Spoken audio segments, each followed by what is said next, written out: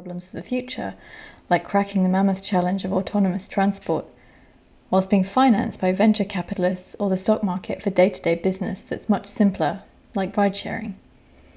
Often these companies can make huge losses, with the stock market continuing to reward them with demand for their shares. Many of these companies are labelled as tech, which has now become an overused byword for any innovation. Often, the innovations are marginal and may just be solving problems that aren't a real or high-priority issue. In contrast, more traditional companies seem to be held to a higher standard, simply because they are not thought of being at the frontier. We use the ride-sharing company Uber to examine how a so-called tech or gig economy company can thrive whilst making little or no profit, without as much scrutiny as other bricks-and-mortar businesses are under. Of course, there are many companies that seem to be following this pattern. Uber is merely an example. What's the playbook for these companies? The pattern seems to be, firstly, find an idea, take something that's existed for a long time. In Uber's case, this is a car, ride-sharing or food delivery service. Secondly, convince venture capitalists that they need to constantly inject cash to invest in your big idea. Thirdly, slash and burn any competition. These companies often exercise extreme predatory pricing by undercutting any competition, without necessarily worrying about paying their employees enough or whether what they're doing is even legal. By the time there are any repercussions, they may have a large foothold in the market, which is hard for any competition to fight against.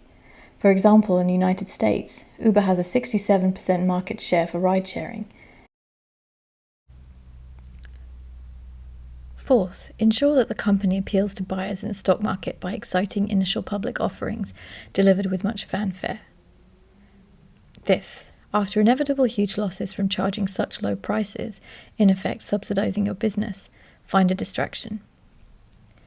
It needs to be something exciting and technology-focused that keeps futurists satisfied and ensures everyone that you're working on something worthwhile and difficult that will come to fruition in many years. This serves to distract from the current financial state of affairs. In Uber's case, this idea was the self-driving car, an extremely difficult problem to solve that may still take decades, and, as evidenced by their recent sale of this portion of their business, wasn't worth their while in the end, after having spent $1 billion. In fairness, it's not just Uber that's walking back its position on self-driving car progress. Many others in the auto industry who had jumped on the bandwagon have begun to update their timelines as they accept how difficult the process is to make a vehicle self-driving. What's the big problem with all this? They're not harming anyone, and no one is forcing people to invest in them.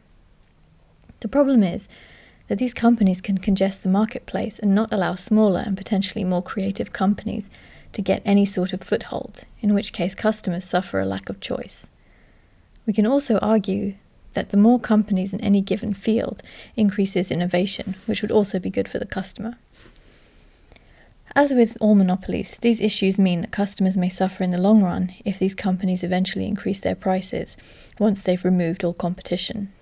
There is recourse for these issues, but antitrust action, at least in the United States, seems to have died down since the 1970s. There are two areas where these companies' behavior really does spill over into the public realm. Many of these tech companies have taken substantial subsidies or had tax breaks with the promise of jobs for a city in return. This further bolsters their position and ensures that they can dominate the market. There are also policy implications of the aggressive employment strategies that they are assuming. For example, if workers are being consistently underpaid and are having to forego things like health insurance because they are not classed as proper employees, we may start to see this as a normal part of the gig economy. So what can be done to even out the playing field a little, and down the line ensure that we, the customers, are protected? As we've mentioned, lobbying for antitrust smaller, more innovative companies out there that may be more expensive for now, but may save us grief in the future. The pandemic may have also affected Uber in a strange way. The cost per ride has stayed the same, the number of rides has gone down, but they still have to cover huge fixed costs of all the staff who work at Uber. On the food delivery side, however, demand has gone up. However, given that ride-sharing accounts for the majority of Uber's revenue, it has not been a good year for the company. who has made a loss of around $7 billion last year. A final observation is to note that what we've described here feeds into a wider story of how the valuations of such companies in the stock market have become uncoupled from traditional and tangible definitions of success. As with many of the things we've talked about, this may not be a problem if we are aware of it. There are people who can make short-term gains from this success, and perhaps there will never be a crunch point when the company's share value collapses. However, there is a fine line between downright fraud of a tech company like WeWork, which so spectacularly failed, and a company like Uber, whose value is built on fragile assumptions about future earnings and disregard of the economy and environment in which it works. Thanks for listening to this video. We're Micro Insights, a team of economists and data scientists trying to make sense of the world and find little insights where we can.